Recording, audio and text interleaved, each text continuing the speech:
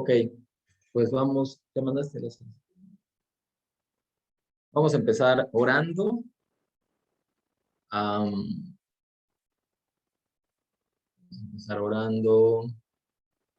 Vamos a arrancar.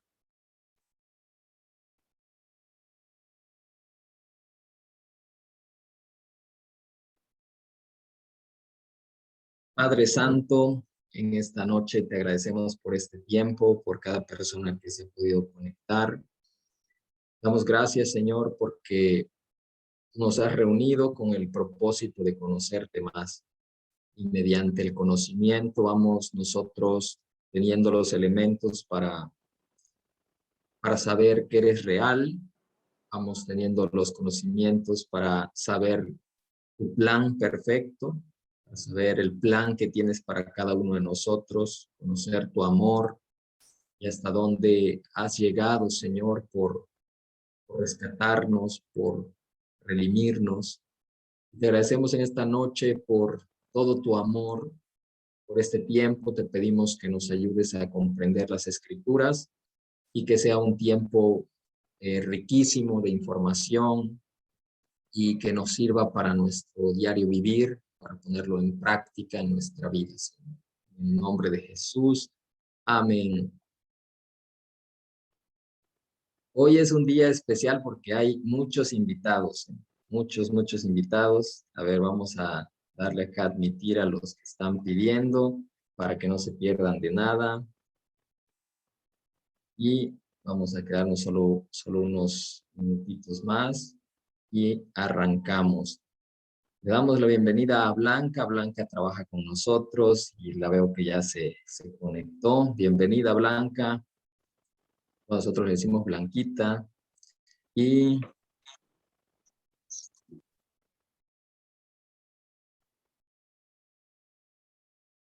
Eric también se está conectando, así que voy a admitirlo.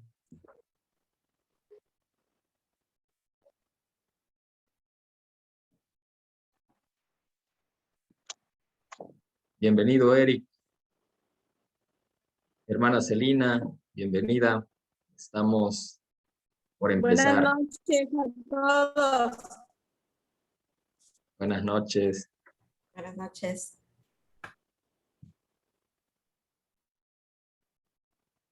Bueno, pues ya estamos un número bueno, así que vamos a empezar. Ok.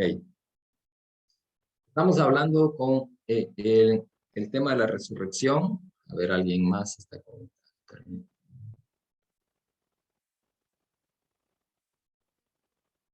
Estamos hablando del tema de la resurrección. Y recuerden que esta es la segunda clase. Ya tomamos el lunes pasado una parte. Entonces vamos a irnos a donde nos quedamos. Estuvimos leyendo, para los que no estuvieron en la primera clase, estuvimos leyendo los evangelios, los 4 evangelios, Mateo, Marcos, Lucas y Juan, desde su ángulo de visión, desde su investigación, desde la información que ellos tenían, relataron cada uno la resurrección de Cristo. Cada uno de manera diferente nos dio información Mateo, que la complementó Marcos, y Lucas le agregó, y Juan le puso otros ingredientes. El caso que cuando llegamos nosotros a leer los 4 evangelios, no sé si tuvieron oportunidad en la semana de volverlos a leer, pero nos damos cuenta de que se van complementando, que lo que le faltó decir a Mateo, y no que le faltó porque no haya seguido instrucciones o sea, su escritura, su evangelio con menos relevancia e importancia. Ya lo estuvimos viendo que ellos tuvieron diferentes fuentes de información y de diferente ángulo según su perspectiva. Ya estuvimos también platicando acerca de cómo vemos la inspiración del Espíritu Santo de las Escrituras, que si bien la misma Escritura nos dice que la Biblia fue inspirada por Dios y que tiene una utilidad, nos dice en Timoteo, 2 Timoteo 3:16 y 17, También es cierto que cada uno de ellos, derivado de su forma de vida, derivado de su cultura, de su entorno en donde se desarrollaron, donde vivieron, de donde procede cada uno, ¿no?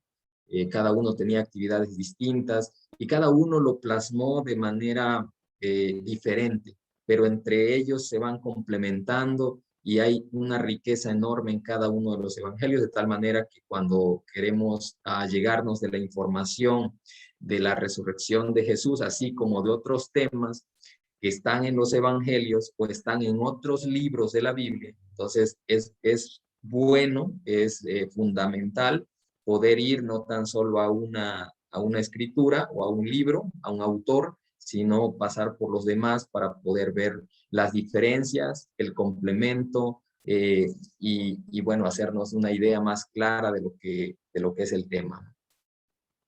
Entonces aquí sacamos un cuadro que por ahí Liana y Chucho nos mandaron en el, mira, Lupita Díaz, nos mandaron en el WhatsApp, en el grupo, y ellos dijeron, bueno, yo también estoy haciendo mi cuadrito, y es una manera de poder estudiar cuando nosotros nos metemos a obtener la información, podemos encontrar una riqueza y podemos con esa información hacernos más claro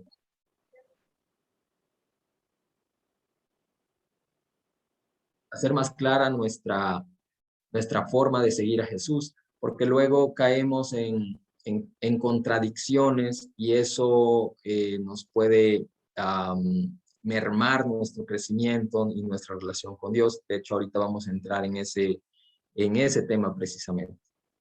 Entonces, este cuadrito lo vimos y hasta aquí nos quedamos para que tengan más o menos la información de la primera clase, los que no nos pudieron acompañar. Y vamos a continuar.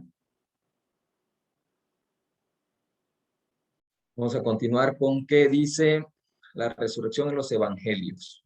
Dice, en varios de esos encuentros con Jesús, con los dos de Emaús, recuerdan esa historia que está en los evangelios, iban después de la muerte de Jesucristo, se habla de dos personas, dos discípulos que iban caminando hacia Emaús, una ciudad, e iban muy tristes porque se había muerto el maestro y hasta ese momento ellos no tenían claro qué es lo que iba a pasar. Y no tenían claro lo que iba a pasar no porque Jesús no les haya dicho, sino porque a su razonamiento, a su forma de ver las cosas, parecía muy difícil, muy raro, imposible. Y por ahí Carla nos hacía una observación. En la clase pasada decía, entonces los discípulos no creían. Yo creo que creían en Jesús, pero en la resurrección estaban muy dudosos, al igual que las mujeres cuando fueron, que querían ungir el cuerpo de Jesús, porque pensaron encontrar todavía el cadáver ahí después de los 3 días. Es lo que también estuvimos platicando. Entonces, aquí están los dos de Maús. También tuvo un encuentro con los discípulos en el mar. Recuerden que Pedro se fue a pescar después de la muerte de Jesús. Dijo, bueno, yo voy a pescar. Sin duda, Pedro estaba en una condición de tristeza después de haber negado a su maestro cuando había dicho que era alguien que podía dar la vida por su maestro. Y no fue así. En el momento que tuvo presión, lo terminó negando. Y yo creo que estaba con tristeza. La Biblia nos narra que cuando sale de ese lugar, una vez sucede lo que Jesús le dijo que iba a suceder, que lo iba a negar y después iba a cantar el gallo. Él recuerda las palabras de Jesús y dice que sale de ese lugar y llora amargamente. También nos hacía una observación la hermana Silvia, muy buena, que cuando Jesús resucita y ve a María Magdalena, le dice, dile a mis discípulos y dile a Pedro, hace un énfasis en Pedro, que los voy a ver en Galilea. Y yo creo que eso era el fin de decirle, Pedro, no te he desechado, todavía sigo pensando en ti, no creas que me he olvidado después de lo que hiciste. Y también tiene un encuentro con María Magdalena. La Biblia nos dice que María Magdalena tuvo un pasado bien crítico porque era una persona que estaba endemoniada y Jesús la había liberado, había echado de ella fuera 7 demonios. Entonces, cada uno tenía su situación en particular, pero dice, se menciona que hubo momentos donde no lo reconocían, ¿sí? Algunos dicen que por su incredulidad y otros porque puede que su cuerpo estaba en proceso de glorificación. La Biblia menciona que ellos no lo conocían, pero yo me voy más al hecho de que no lo conocían porque estaban tristes y estaban incrédulos de lo que estaba sucediendo. No tanto por el hecho de su glorificación, sí es cierto, después de la resurrección, nuestro Señor Jesús tuvo un cuerpo glorificado,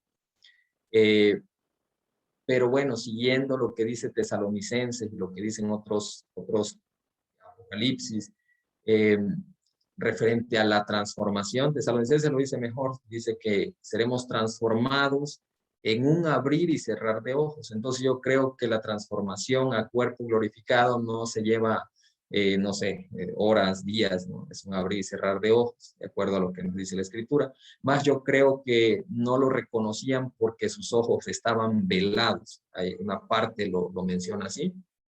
Entonces, bueno, solo quería hacer ese comentario porque luego existen corrientes. ¿Será que su cuerpo estaba siendo glorificado y por ello no lo reconocían o no lo reconocían por la incredulidad? La Biblia dice que sus ojos estaban velados y que estaban tristes y, y bueno, a lo mejor su cuerpo no era el mismo. Se veía diferente, por supuesto, porque recordemos cuando en el monte de la transfiguración sucedió un evento importante que 3 de los discípulos lo presenciaron y fue algo no común. En su cuerpo yo creo que resplandecía ya como cuerpo glorificado, pero había ciertos rasgos de su voz que tal vez sí eran los mismos porque era la misma voz, porque cuando le habla a María, ella lo reconoce de inmediato y le dice maestro. Entonces, ahora, estos relatos ocurrieron dentro de los 40 días posterior a la resurrección. Es importante comparar en los evangelios para tener un contexto mucho más detallado. ¿Cuáles eventos? Las apariciones de Jesús, porque aquí lo que estamos tocando es un tema importantísimo para nuestra vida cristiana. Es importantísimo. El apóstol Pablo lo tocó y lo mencionó. Hay un versículo más adelante que lo vamos a ver, pero bueno, te lo adelanto. Dice el apóstol Pablo que si nosotros no creyéramos que Jesucristo resucitó de los muertos, entonces vano es todo. Vana es nuestra fe, vana es todo lo que hacemos por Cristo, por una religión. Sería una simple religión que estamos siguiendo y que no nos va a llevar a nada. Pero dicen, realmente Cristo resucitó. Ahora hay un debate total en este tema, un debate total en si Cristo resucitó o no. El ateísmo te lo va a decir, no resucitó porque no hay pruebas, no hay evidencia científica. Entonces, ¿qué nos queda cuando esto sucede? ¿Cómo debemos responder nosotros? No podemos responder de, pues yo creo que Cristo resucitó y punto, y no me interesa el comentario de otra persona. Por nosotros debemos estar anclados en una fe que también tiene razón, en una fe que tiene fundamentos. Pero para esto, pues por supuesto, nosotros necesitamos contar con la ayuda del Espíritu Santo y tener la información, desear la información, inquirir en ella. Y para ello necesitamos profundizar en las Escrituras. Entonces, 40 días, diferentes personajes vieron a Jesucristo resucitado, comieron con él, estuvieron con él, escucharon el evangelio del reino nuevamente con Jesús. Jesús les anunció el evangelio, les volvió a recordar la promesa de la venida del Espíritu Santo y les enseñó muchas cosas. Entonces, esas pruebas son indubitables, como dice la palabra, son pruebas innegables de que Jesús se levantó de los muertos. Pero vamos a continuar y vamos a ir profundizando en ello.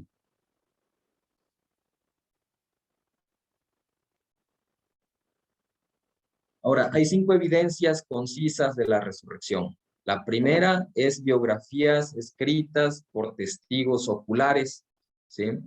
Y o basadas en el testimonio de testigos. Esto es un punto importantísimo. Ahorita voy a entrar al punto medular. Hay 2 maneras de nosotros tener una muestra, constatar algo. Una se le llama el método científico, pero el método científico sirve para algunas cosas, no es aplicable a todas, ¿no? Digamos que el método científico se puede aplicar cuando se puede hacer una repetición del hecho, ¿sí? Si yo te digo que, bueno, aquí a lo mejor si yo te digo que que un filete de carne, ¿no? Un tibón, algo así, un corte, lo tienes que sazonar de esta manera y que lo tienes que cocer a tantos grados y de ahí voltearlo a los tantos minutos y tú sigues todos los pasos, te vas a dar cuenta si lo que yo te dije es verdad o no, lo puedes constatar. Entonces hay muchas cosas que se pueden constatar a través del método científico. Cuando todas las cosas, todos los elementos pueden otra vez llevarse al caso y poder hacer lo mismo, repetir el hecho, entonces vamos a obtener un resultado que tiene que ser igual al que yo estoy diciendo. Pero hay ciertas cosas que no se pueden lograr por el método científico. Entonces queda el método legal. Y hay libros que hablan de esto. Ahorita vamos a llegar a un autor de esta enseñanza, el método legal, que es allegarse de testimonios. Esto se da mucho pues en los temas de juzgados, en los temas jurídicos, en los cuales para demostrar un hecho se tiene que llegar de información, de testimonios, ya sea testimonios orales, escritos, y en base a ello, y también el conocido como cuerpo del delito, ¿no? O los elementos, las cosas que pueden apoyar el testimonio, digamos, en un homicidio, pues se llevan testigos, ¿no? Porque no van a recrear el hecho, ya la persona que está fallecida, pues ya no puede hablar, ya no puede decir nada, ya no lo podemos llevar a cabo otra vez, aunque se recree el hecho, son otros personajes, son otros elementos, es otro momento. Entonces, ¿a qué recurren? Recurren a los testimonios. Hay testigos, pero también si hubo un arma, pues también el arma forma parte de todos los elementos para llegar a la información. Entonces, aquí, cuando hablamos acerca de la resurrección de Jesucristo, existen testigos fiables que dieron su vida por esa verdad, por defender esa verdad. O sea, si realmente ellos supieran que era mentira, si ellos no estuvieran persuadidos de que vieron a Jesús, de que estuvieron con él, de que fueron testigos, de que hablaron, comieron, les enseñó después de resucitado, yo creo que ninguno de esos 11 hombres que dieron su vida como mártires lo hubieran hecho. O sea, definitivamente no. Entonces, esa es una prueba irrefutable. Nadie ha podido decir, oye, yo no entiendo cómo 11 hombres, y lo dice un libro, demuéstrame, encuéntrame 11 hombres que estén dispuestos a morir por una mentira. Y tal vez, si nos vamos al grupo radical, al Islam, dice, oye, pero es que ellos son personas que se explotan y viven una mentira. Sí, pero atento, porque ahí ellos creen que están en la verdad. O sea, entonces estaríamos pensando que los apóstoles escribieron y todos los que escribieron, los autores de los evangelios, el autor de Hechos, de los apóstoles, donde menciona cómo Jesucristo, todo lo que hizo durante esos 40 días y lo que hablaron con él, entonces estarían escribiendo esas cosas sabiendo que es mentira. Y entonces, sabiendo que es mentira, ellos dieron su vida por una mentira. Es algo ilógico, es algo ilógico. Y no tan solo sucedió en ellos, porque la palabra ha trascendido, ha pasado de generación en generación y ha llegado hasta nuestros días. Y desde ese tiempo, de los primeros apóstoles hasta ahora, la gente ha seguido dando su vida por la causa de Cristo. O sea, sería algo ilógico. Ahora, ¿cómo dieron su vida? Ok, ellos tuvieron ese encuentro con Jesús de manera presencial.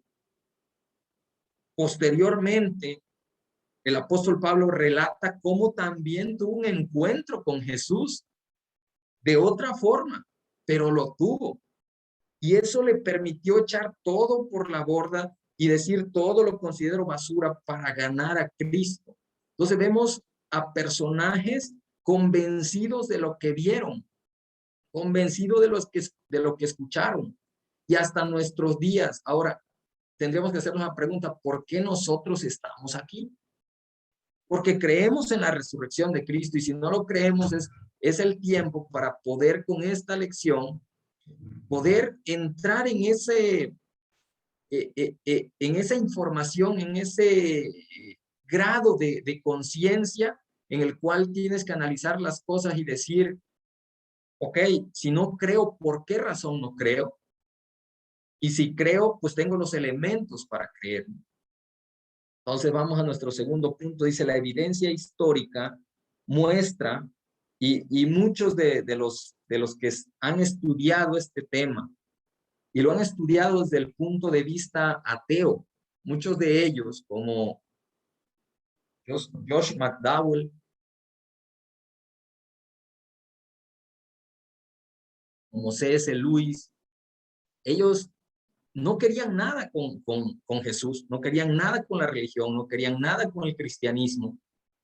Y Josh McDowell se dio a la tarea de empezar a investigar acerca de lo que se les estaba diciendo de la resurrección, porque él debatía que con eso iba a tirar todo argumento del cristianismo. Si él demostraba que Jesucristo no resucitó, todo el cristianismo iba a desaparecer.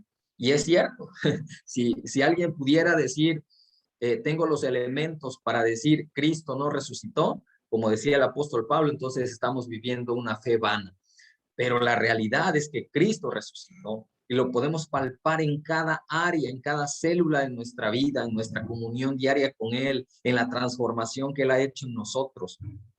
Y si alguien no está viviendo esa transformación, es tiempo de poder empezar a vivir de la manera que Cristo la dejó instruida en la Escritura. Entonces, hay una evidencia histórica, la tumba no está vacía, la piedra fue removida, el cuerpo de Jesús nunca fue encontrado y nadie afirmó haber robado el cuerpo. Es cierto, se distribuyó un rumor y la misma Escritura nos los hace ver que el rumor fue a causa de que el grupo religioso y político de aquel entonces no quería que Jesucristo siguiera siendo un estorbo para ellos, para sus planes. Entonces pagaron a los guardias para que dijeran que habían robado el cuerpo de Jesús, mas nunca hubo evidencia de que fuera un robo, y tampoco hubo evidencia de que encontraran el cuerpo de Jesús en otro lado, ¿no? Ahora vamos con el 3, dice, Jesús anunció que moriría y resucitaría, y había profecías en el Antiguo Testamento que también anuncian su resurrección. Entonces, por favor, Eric Gamboa, que es el que veo por aquí, búscame Salmos 16:10, por favor. Y... Voy, espérame. Sí, y hermana Silvia, si tiene oportunidad, búsqueme Isaías 53:12. Vamos a leer esos dos. Ahora, mientras los encuentran, ya ustedes me dicen cuando los tengan, Salmo 16:10 para Eric, y la hermana Silvia, Isaías 53:12. Ahorita que lo encuentren me dicen. Les sigo comentando. Ahora, estos solo son 2 versículos que anunciaban acerca del Mesías, ¿sí? Pero no son 2 versículos únicos del Antiguo Testamento que se hayan cumplido en el Nuevo, que los haya cumplido Jesucristo. Hay más de 80 no versículos, capítulos que hablan acerca de la primera venida de Jesús.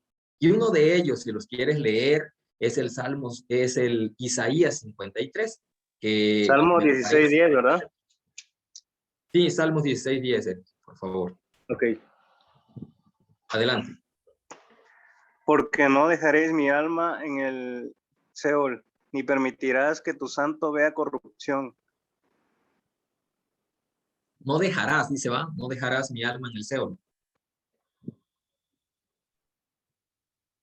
ni permitirás que tu santo vea corrupción.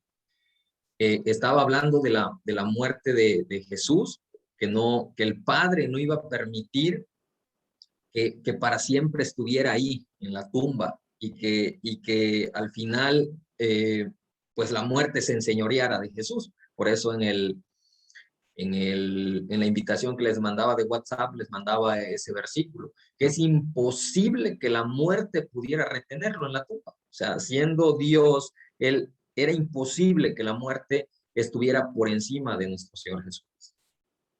Ahora, Isaías 53:2, hermana Silvia, por favor. Sí, dice, por tanto, yo le daré parte con los grandes y con los fuertes repartirá despojos, por cuanto derramó su vida hasta la muerte y fue contado con los pecadores, habiendo él llevado el pecado de muchos y orado por los transgresores. ¿Okay? Ahí también nos habla acerca de Jesús, ¿sí? Todo lo que él cumplió, oró por los transgresores en el último momento. Recuerdan que él dijo, Padre, perdónalos porque no saben lo que hacen. Y si tú lees, hay versículos y capítulos, el Salmo 22, Salmo 45, Isaías 53. Lo puedes leer y puedes empezar a ver el cumplimiento en Jesucristo. Cada parte que fue viviendo estaba profetizado. Vamos a continuar para que podamos avanzar. El 4 dice, además de los discípulos y las mujeres, Jesús se apareció a 500 personas, a Jacobo su hermano y a Pablo. ¿Estamos de acuerdo? Ya de Pablo ya les comentaba. Recordemos que Jesús tuvo 4 hermanos, eso lo dice Mateo 10, lo dice Mateo 12, y también tuvo hermanas. Cuando estaba en un lugar y alguien le dijo, Jesús, tu madre y tus hermanos te buscan. Y Jesús dijo, mis hermanos y mi madre son los que hacen mi voluntad y la voluntad del Padre. También en otra ocasión le dijeron, que no es este Jesús el que conocemos, como despreciándolo, no es el carpintero de Nazaret, no conocemos a sus hermanos, que es Jacobo, Juan, Judas, no conocemos a su madre y no conocemos a sus hermanas. ¿Cómo va a ser el Mesías? Entonces ahí se muestra que él tuvo hermanos y a ellos se les apareció. Ahora recordemos que no todos los que estaban en este momento a los que se les apareció era como bien recibido Jesús. Aún sus propios hermanos no creían en él. Aún las personas más allegadas a él lo despreciaban. Su propio pueblo mismo, los evangelios dicen que un profeta no tiene honra en su propia tierra. Como ellos lo conocían, ellos creían imposible que fuera el Mesías. Pero cuando a muchos de ellos, incluyendo a su hermano, se le aparece, él empieza a creer, ¿no? Entonces, no es como que, pues haya sido alguien que siempre le echó flores y siempre dijo, ay, sí, Jesús, todo lo que hace Jesús es bueno. Realmente había opositores, había gente que no creía en él, a los cuales se les apareció. Y cuando se les apareció, ellos terminaron creyendo. Como muchas personas, como el autor de un libro que ahorita les voy a mencionar. Y como quinto punto, dice, muchos de los principales testigos oculares de la resurrección de Jesús murieron por afirmar que Jesús había resucitado. O sea, realmente ellos no la tuvieron sencillo, ellos tuvieron que dar su vida para defender esa verdad. Si alguien te dice, no creas esa fábula, es un cuento, solo piensa que si esa persona es capaz de dar su vida por lo que cree. Porque si no es capaz, entonces yo prefiero creerle a 11 mártires que me dicen que vieron a Jesucristo después de resucitado, después de que entró a la tumba, lo vieron resucitado, yo prefiero creerle a esos 11 hombres que murieron por esa causa, a alguien que me dice que no es capaz de dar su vida por nada. ¿Va? Ahora, este es lo que les quería comentar. Este es un libro de un apologista, evangelista y escritor llamado Josh McDowell. Se llama Evidencia que exige un veredicto. Y en ese libro, él menciona esta parte que yo les comentaba, que existe el método científico para algunas cosas, tener la información clara de lo que se dice y poder demostrar a través de ese método que es verdad, ¿no? Pero hay cosas, por ejemplo, él dice, ¿cómo vamos a demostrar si yo te dijera ahora, en este tiempo, en este año, que Martin Luther King fue el líder de la raza negra para abolir la esclavitud? Y ¿cómo te lo podría yo demostrar? A través de un método científico, que John F. Kennedy fue asesinado, te lo podría demostrar a través de un método científico. Dice, no, es imposible, o sea, no se puede lograr todos los elementos ya todo está alterado, no se puede lograr los elementos para poder demostrar eso a través de ese método, pero existe el método legal, lo que les platicaba hace un momento. Como nota aparte, por el WhatsApp, se los voy a mandar este libro, lo tengo en digital, para que empiecen a leer, ¿no? Ahí él defiende, dice, hay mucha evidencia que exige un veredicto. ¿Cuál es el veredicto? Que Jesús vino a la tierra, murió, pero también resucitó. Josh McDowell no la tuvo sencillo. O sea, realmente él no creía en Jesús a través de toda su niñez, su adolescencia, todo lo que él vivió. Él estaba muy resentido con sus padres. Él odiaba a su papá y no podía tener claro que había un Dios. O sea, él odiaba a todo mundo, en especial a sus padres. Él sufrió abuso sexual y todo lo que vivió son cosas tremendas que lo hirieron demasiado, por lo cual él, cuando llegó a cierta edad y vio a un grupo de personas que irradiaban felicidad, que amaban a otras personas genuinamente, dijo, yo no entiendo, o sea, ¿cómo tú puedes hacer eso? O sea, eres anormal al resto de toda la población, al resto de todo el mundo, eres una persona anormal. Y ellos le dijeron, queremos mostrarte algo. Dice, yo te quiero preguntar algo, yo quiero preguntarte qué es lo que tienes tú que los demás no tienen. Y entonces le dijeron, Jesucristo. Y él dijo, mira, no me digas babosadas, no me digas tonterías. Y él te lo dice así en su vida. Eso no es cierto. Y empezó a decir unas cosas muy fuertes, a lo que ellos respondieron, ese grupo respondió, dale oportunidad. Yo no te hablé, porque él argumentaba, yo no quiero saber ni de religión, ni de Biblia, ni de cristianismo. Y le dijeron ellos, pues yo no te estoy hablando ni de religión, ni de la Biblia, ni nada. Yo estoy hablando de Jesucristo, de una persona. ¿Qué tienes contra él? Y entonces empezó esa situación al desafío que ellos le estaban poniendo, conócelo. Y él aceptó el reto y dijo, estoy preparado. Cuando él salió de la universidad, dijo, estoy preparado para echar toda su religión al piso. Y voy a empezar a investigar y me voy a ir a los lugares en donde sucedió y voy a hacer entrevista y voy a llegarme de información para poder deshacer los argumentos que ustedes tienen. Y el principal argumento que ustedes tienen es que Jesús resucitó. Entonces él empieza una búsqueda de eso. De hecho, tiene otro libro que se llama Evidencia de la Resurrección.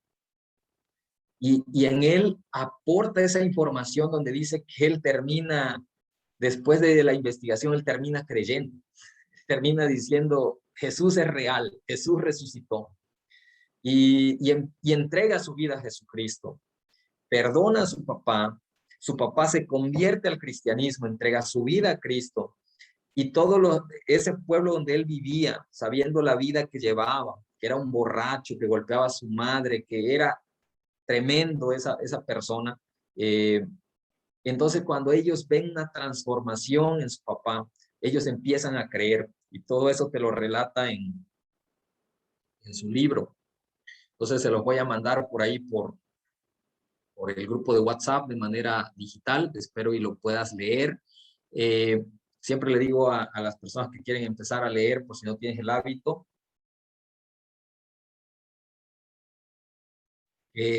apartes un tiempo y realmente en tu agenda lo anotes qué día o qué días y a qué horas, porque si no lo anotas, solo se va a quedar en buena intención de querer leerlo y no lo vas a leer. Claro, lo principal es que leas la Biblia también. Ahí está la verdad. Entonces,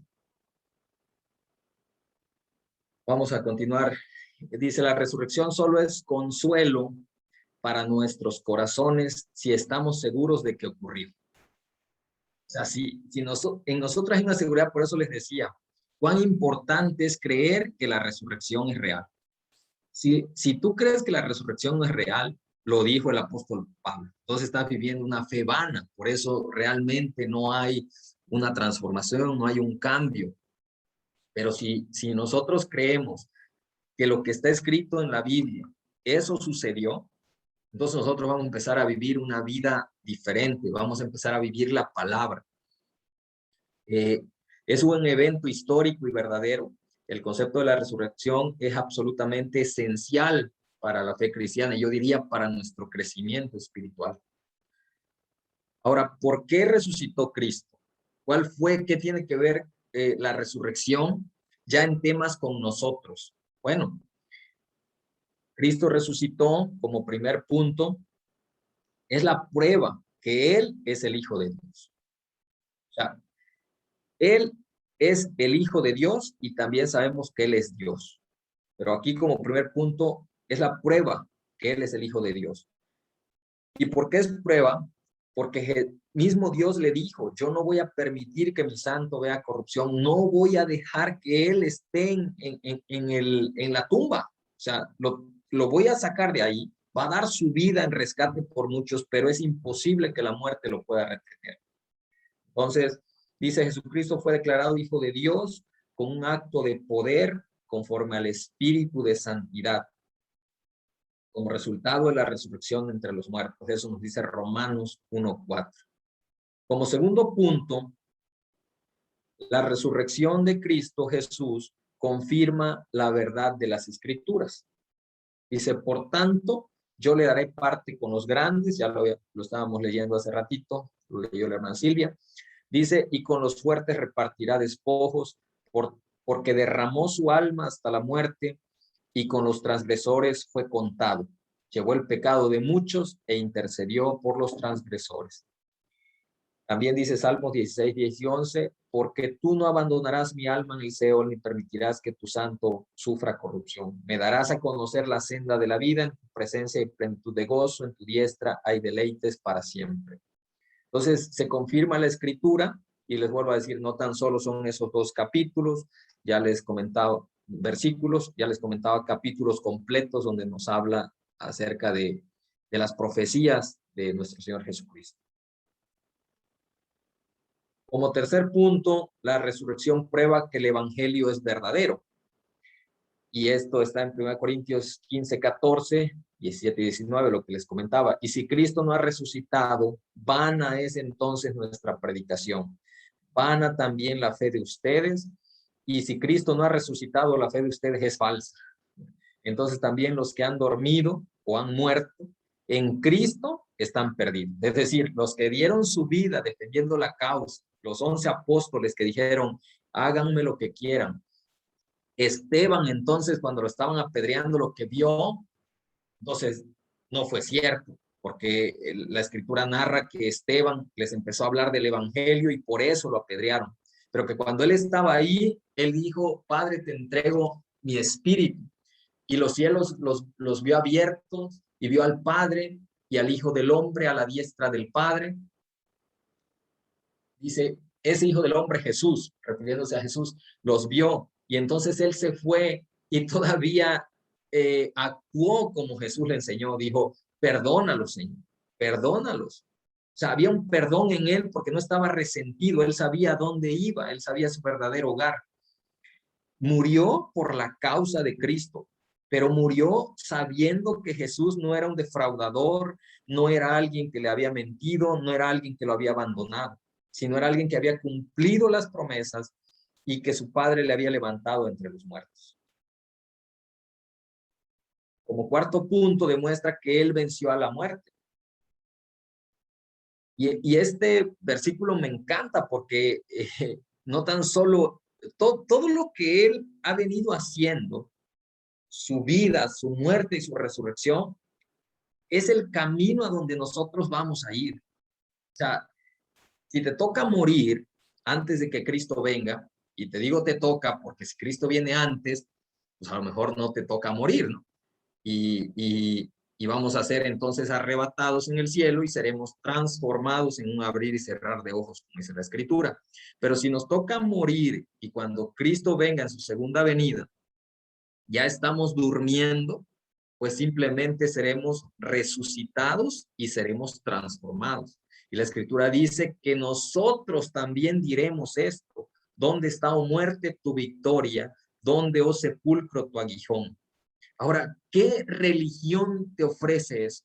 ¿Qué Dios te ofrece eso? No hay quien haya vencido la muerte. No hay quien te diga, y tú vas a estar gobernando conmigo, porque yo te voy a levantar de entre los muertos. Y eso corruptible se vestirá de incorrupción, y eso terrenal, eso mortal, se va a vestir de inmortalidad. Y vas a estar gobernando conmigo. No hay.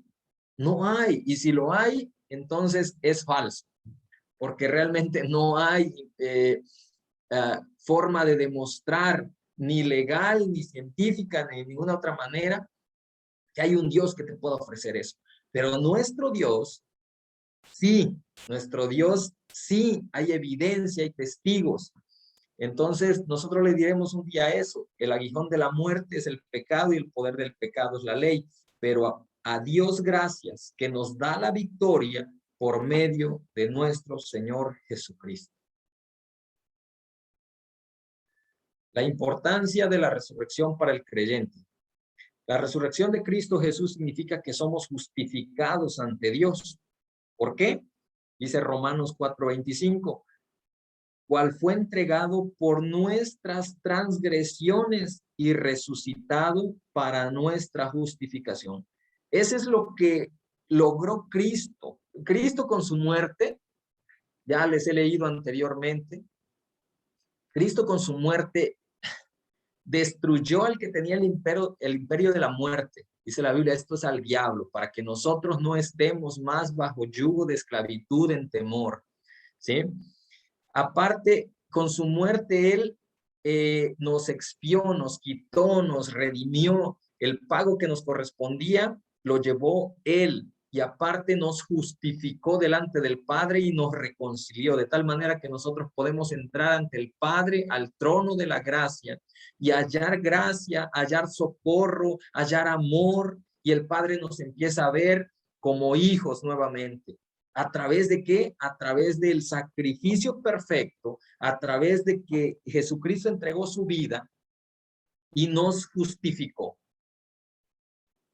Y no tan solo se quedó en muerte, sino que también nos resucitó, y cuando estaba resucitando, Él nos estaba justificando. La Biblia dice que se sentó a la diestra del Padre y que desde ahí está intercediendo por nosotros. O sea, es un tema completo, es un tema hermoso, porque todo lo que Cristo logra con su muerte y su resurrección es para nosotros.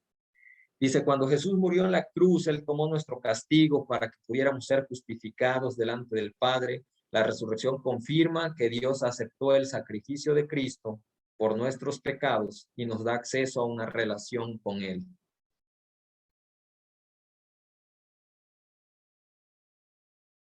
La importancia de la resurrección para el creyente. Como segundo punto, la resurrección de Cristo Jesús significa que los creyentes están unidos con Cristo.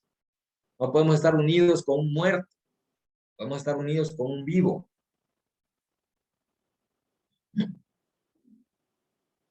Dice, sabemos que Dios, quien resucitó al Señor Jesús, también nos resucitará a nosotros con Jesús y nos presentará ante sí mismo junto con ustedes. Es lo que les digo. Dios prometió que a Cristo lo iba a levantar de entre los muertos y lo cumplió. Entonces eso nos da una garantía tremenda de que el Dios en que confiamos no es hombre para que mienta ni hijo de hombre para que se arrepienta. Lo que él dijo lo va a cumplir. Lo cumplió con su Hijo Jesús, lo va a cumplir con nosotros. Dice, la unión con Cristo significa que cuando Dios nos mira, Él no ve nuestra pecaminosidad, sino la justicia de Cristo. Significa que hemos muerto con Él y vivimos con Él. Este versículo ha hablado a mi vida en los últimos días y quiero que hable a tu vida en esta semana, porque es un versículo clave para muchas cosas. Si tú estás luchando con tu carácter, con procrastinar tu relación con Él, es decir, postergarla, es decir, postergar leer la Biblia, orar. Si estás luchando en este tiempo con algún vicio, pecado, etcétera, tienes que entender esto, que Cristo te llamó a estar muerto en la carne y la carne no siente. Entonces, si todavía siente y todavía luchamos con eso, es porque vivimos más carnal que espiritual. Pero dice que nosotros debemos crucificar nuestra carne, los delitos y pecados, y vivir una vida espiritual. Ahora, ¿cómo hacemos para vivir una vida espiritual? Pues dándole al espíritu lo que necesita, fortaleciendo al espíritu y debilitando la carne a través de oración, a través de ayuno, a través de conocer más al Señor Jesús. Y es la manera como puedes hacer que tu carne mengüe, que tu carne muera, y que si estás muerto a tu carne, entonces lo que tu carne desea como de deleites terrenales, no va a ganar ante los placeres superiores que Jesús te ofrece. La importancia de la resurrección para el creyente, número 3. Dice, la resurrección de Cristo Jesús significa que Dios derramará el Espíritu Santo en los corazones de los que creen. Esto es importantísimo. No podemos tener una vida cristiana sin Espíritu Santo. Así que exaltado a la diestra de Dios, dice Hechos 2:33, y habiendo recibido del Padre la promesa del Espíritu Santo, ha derramado esto que ustedes ven y oyen. ¿Quién dijo esto? El apóstol Pedro. Así que exaltado a la diestra de Dios, habla de Jesucristo, y habiendo recibido del Padre la promesa del Espíritu Santo, ha derramado esto que ustedes ven y oyen. Porque ellos decían, ¿qué es esto que está pasando? Recordemos que en el día de Pentecostés el Espíritu Santo fue derramado, y los que estaban ahí, medos, partos, eslamitas y un montón de gente que estaba ahí, se había reunido en Jerusalén, observaron esto y dijeron, ¿qué es lo que les sucedió? Muchos dijeron, están borrachos, están ebrios. Y entonces el apóstol Pedro se levanta y dice, no es eso, es lo que profetizó el profeta Joel. Y es lo que profetizó Jesucristo, porque Jesucristo dijo, conviene que yo me vaya, porque si yo me voy, el Espíritu Santo va a venir a ustedes. Yo y el Padre lo enviaremos. Entonces, cuando él asciende, él se va y deja instrucciones precisas que esperen en el aposento alto, y él dice, y ahí van a recibir el Espíritu Santo. Desde ese tiempo hasta nuestra fecha, él todavía desea darle al creyente al Espíritu Santo. Es una confirmación, la Biblia dice que es como las arras, es como la garantía de lo que él va a hacer posteriormente, de lo que él prometió, de lo que él va a hacer en toda su expresión. Ahora vemos por partes. Ahora todavía no lo vemos a su máxima expresión, lo veremos en su segunda venida, lo veremos mientras se vaya acercando más los tiempos, veremos cómo esta promesa de Joel se va cumpliendo. ¿Qué dijo Joel? Después de aquellos días derramaré de mi espíritu sobre toda carne, y vuestros hijos profetizarán, vuestros ancianos soñarán sueños, vuestros jóvenes verán visiones, y todo aquel que invocar el nombre de Jehová será salvo. Entonces, esos tiempos los tenemos que ver, los estamos por ver. Yo creo también que este avivamiento, como predicaba ayer nuestro pastor en la iglesia, y yo estoy de acuerdo con eso, yo creo que este avivamiento que se aproxima es inminente y tenemos que estar listos para nosotros recibir la llenura y la totalidad del Espíritu Santo para hacer su obra aquí en la tierra. Dice, después de la resurrección y ascensión de Cristo, Él mandó el prometido Espíritu Santo para continuar su trabajo en esta tierra. Vamos por terminar. Dice el 4, la resurrección de Cristo nos da una esperanza viva. Dice 1 Pedro 1, 3 al 4. Bendito sea el Dios y Padre de nuestro Señor Jesucristo.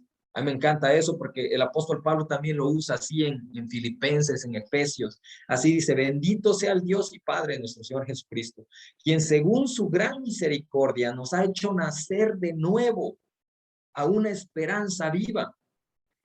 Piensa esto, si Jesucristo no hubiera resucitado, no habría más esperanza.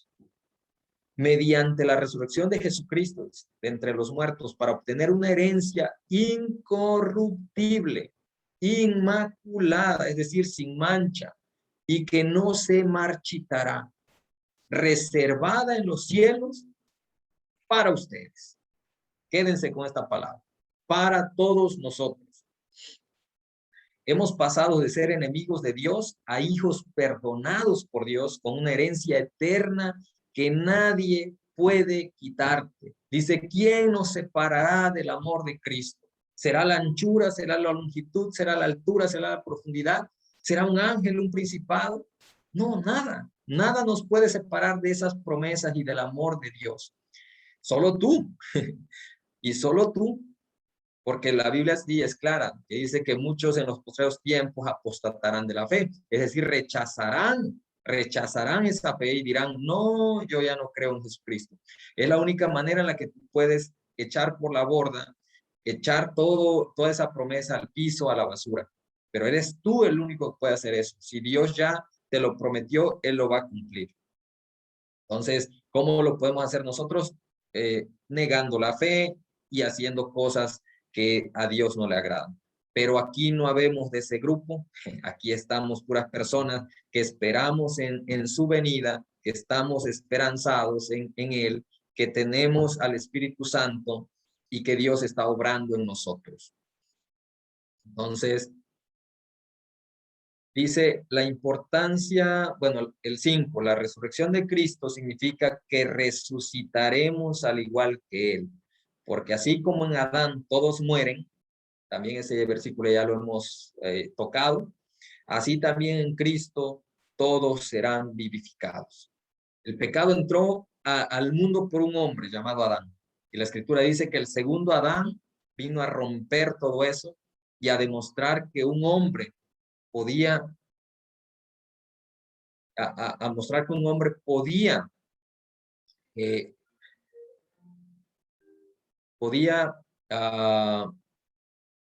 conectarse con Dios, podía obedecer a Dios, podía cumplir los estándares de Dios.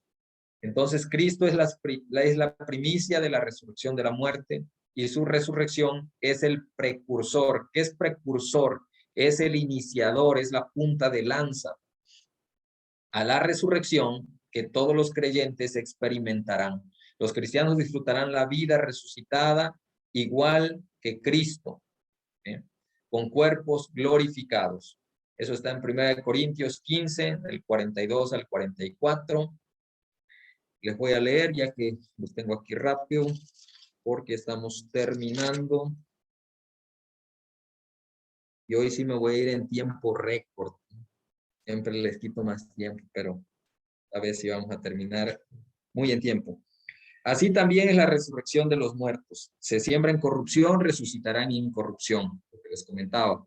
Se siembra en deshonra, resucitará en gloria. Se siembra en debilidad, resucitará en poder.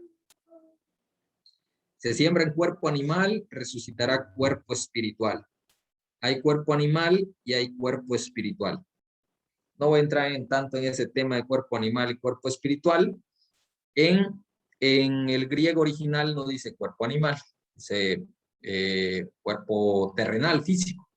Entonces, pero bueno, es decir, un hombre será glorificado y tendrá otro cuerpo.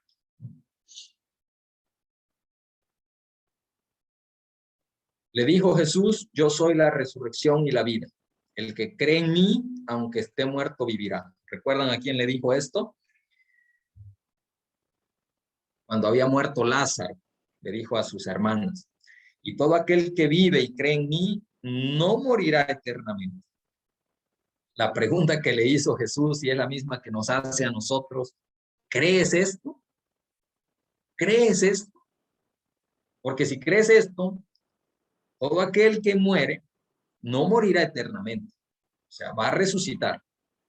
Cuando Jesús, en Juan lo comenta en el Evangelio de Juan, en sus últimos sermones públicos, antes de ir a la cruz por nosotros, él menciona, dice, cuando sabía Jesús que su tiempo había llegado de que pasara de esta vida al Padre,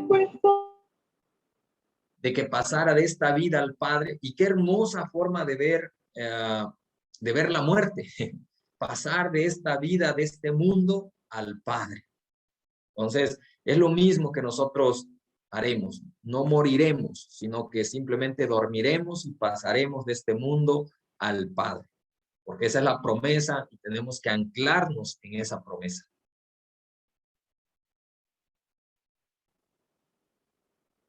La obra de Cristo es una obra completa. No le faltó absolutamente nada. Y lo que falta está por venir. Fue una obra perfecta de amor y de victoria. Por eso la Biblia dice que somos más que vencedores, porque somos beneficiados por la obra de Cristo. El vencedor de la muerte, el vencedor del pecado, el vencedor de la enfermedad. Tú y yo somos más que vencedores por la resurrección de Cristo. Hace poco te comentaba eso, que allá en Edén, con Adán y Eva, entró el pecado, se señoreó el pecado. Satanás y la muerte. Pero cuando aparece Jesucristo, le da un golpe tremendo a esos tres. Y cuando llegue el final de los tiempos, Apocalipsis 19, del 19 hasta el 21 nos comenta cómo va a ser, las dinámicas que van a suceder y que al final Satanás será destruido y echado al lago de fuego. Igual el anticristo, el falso profeta y todos los reyes y ejércitos que se opongan a Jesucristo. Entonces, al final nosotros estamos llamados a vencer como Él ya es vencedor. Entonces, mis hermanos, con esto estamos concluyendo el tema de la resurrección y ahora sí se abren preguntas y respuestas. Si tienen comentarios, si quieren participar en algo, darnos un saludo, lo que sea, tenemos 5 minutos y de ahí tomaremos la foto y nos despediremos. Así que si alguien gusta comentar algo, es el momento. Voy a dejar de compartir pantalla y de grabar para que así no se sientan va a quedar ahí.